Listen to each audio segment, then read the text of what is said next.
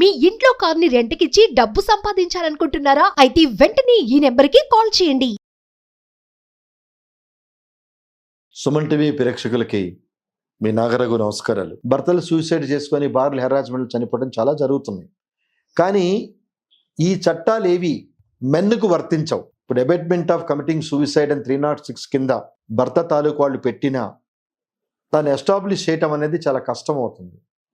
ఎందుకంటే ఆడవాళ్ళు share చేసుకున్నంత family problems, harassment, వాళ్ళ బ్లడ్ రిలేషన్స్కి మెయిల్ పర్సన్ షేర్ చేసుకోలేరు. ఇప్పుడు law is very surprising. 304B IPC arrest while 7 years లోపల భార్య చనిపోతే automatically the case comes under 304B. Even it is natural also there is a possibility of suspicious death.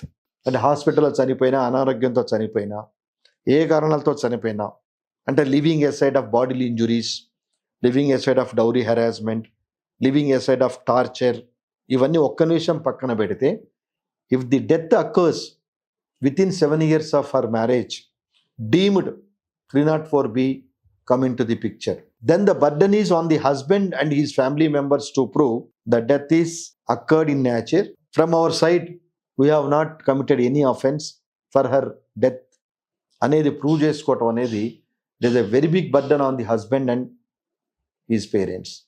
అంటే the stipulation of law is very correct. Dowry డెత్తులు జరుగుతున్న నేపథ్యంలో dowry డెత్తులు ఆపటానికి, అలాగే dowry డెత్తులో చనిపోయారనే ఒక అపరెన్షన్ కనుక ఉంటే, అంటే ఆటోమేటిక్గా bodily injuries or committing suicide or other ways of death which is not cause of natural death కనుక అయితే ఆటోమేటిక్గా suspicious coming to the picture. But దానికి కూడా న్యాచురల్గా చనిపోయినా కూడా అమ్మాయి పేరెంట్స్, అమ్మాయి పెళ్ళైన 2 ఏళ్ళకే 3 ఏళ్ళకే చనిపోయింది, సో మాకు అల్లుడి మీద వాళ్ళ అమ్మా నాన్న మీద కనుక మాకు డౌట్ ఉంది, దీన్ని మీరు ఇన్వెస్టిగేషన్ చేయండి అంటే automatically the case can be registered under 304 Part B read with 498 IPC as it is a punishment of more than 10 years. కాబట్టి వాళ్ళని అరెస్ట్ చేసినా కూడా దెర్ ఇస్ నో సర్ప్రైజ్.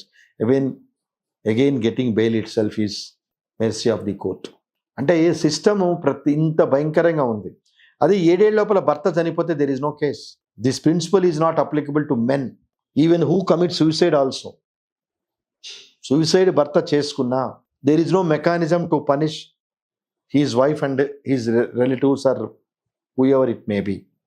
అదే భార్య 7 years లోపల చనిపోతే all factors come into picture.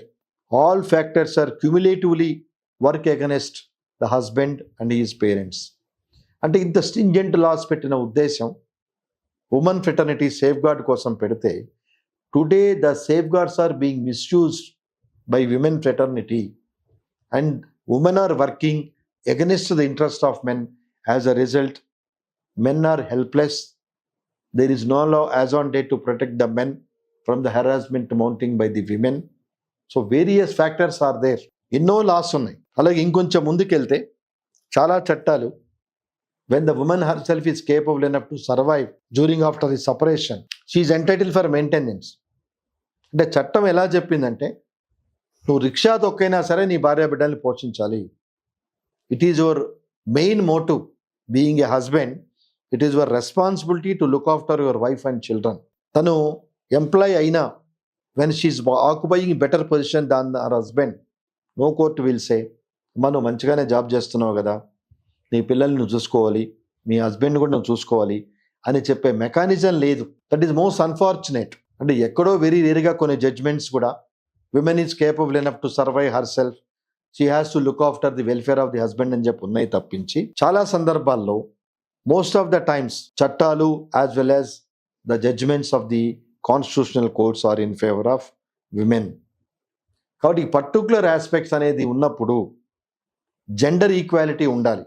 అన్నిట్లో gender equality అని కాన్స్టిట్యూషన్ చెప్పినప్పుడు ఈ చట్టాల విషయంలో, ఈ హెరాస్మెంట్ విషయంలో కూడా జెండర్ ఈక్వాలిటీ ఉంటేనే ఈ false cases, false allegations balancing అవుతాయి. లేకపోతే people keep on going filing false cases on different pretext. So ఇది జరిగినంత కాలం, అంటే అతుల్ సింగ్ షా లాంటి వాళ్ళు బయటకు వచ్చి చెప్పారు కాబట్టి today that become issue before the supreme court. కానీ బయటికి రాని విషయాలు, హస్బెండ్ సఫర్ అవుతున్న విషయాలు కోకొల్లలు. ఎందుకు బయటికి రావట్లేదంటే, first of all there is no law protecting the men from the hands of women. Number 2, because of social stigma. నన్ను భార్య తాలూకు వాళ్ళు ఈ రకంగా ఇబ్బంది పెట్టారు అంటే భర్త దాన్ని అవమానంగా ఫీల్ అవుతాడు, కాబట్టి చెప్పుకోలేడు. Because of insecurity facing by men, not women. Women are secured by virtue of laws, by virtue of various other factors. But men is become handicapped because there is no law in his favor. God, this is a high time, and we all are appreciating the intervention of the Supreme Court pursuant to the death of or committing suicide of Subhash, who has written a detailed letter to the general public and also to the courts, including President of India. So let us wait. So definitely the time has come for renaissance. So law has to get its own reformations from time to time according to the facts and circumstances and the stages of the society. So this also one among a comfortable and favorable verdict may come, which will be protect the interest of the men also. As on date, there is no such law prevails in India. So let us hope, ఎవరైతే దీని అవకాశంగా తీసుకొని harassment జరుగుతున్నదో, let us file a counter case against wives also who are really harassing the husbands. Unless somebody rings the bell, law will not be settled. గుర్తుపెట్టుకోండి, లా ఉందా లేదా అంటే మనం దృష్టికి తీసుకెళ్తేనే, కోర్టు దృష్టికి, the law will become settled. మనకి provision లేదు కదా, ఆ ప్రావిజన్ లేదు కదా, ఈ ప్రావిజన్ లేదు కదా అనొచ్చు. ఫర్ ఎగ్జాంపుల్ సిపిసిలో 151 సెక్షన్ ఉంది, ఇన్హరెంట్ పవర్స్. దాని కింద ఏ రకమైన అప్లికేషన్లు వేయచ్చు ఇన్ అకార్డెన్స్ విత్ లా.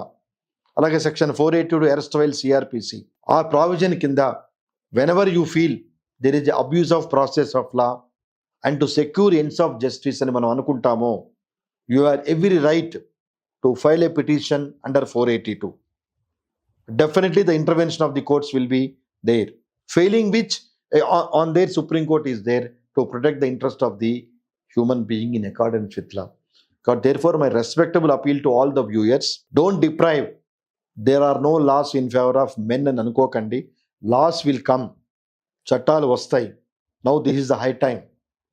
ఇప్పటిదాకా ఉమెన్ ఫెటర్నిటీ ఎలా ఎంజాయ్ చేసి చాలా సందర్భాల్లో మిస్యూజ్ చేయబడుతున్నాయో, చాలా సందర్భాల్లో హైకోర్టులో ఇది మిస్యూజ్ అయింది.